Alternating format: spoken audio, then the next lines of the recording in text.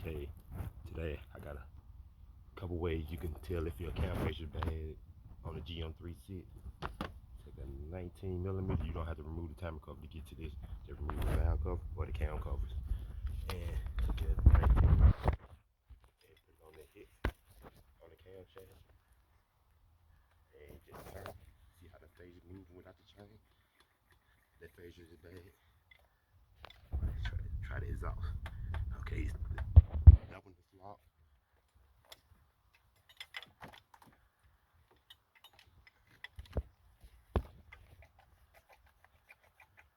Looking on the back, it's bad, it's turning without the chain moving.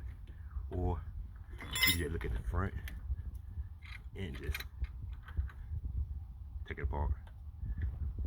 Another tip, real quick, while I'm in here, when you do a job like this, be on the lookout for things like this. The wire broken off the connector, and it pretty much gonna touch, and it's still gonna throw a timing code if I put it back together because it go to the cam sensor. So I gotta fix that wire connector also before I put it back together. But there's a couple tips for you today with the GM3. If you wanna take your job, don't do it.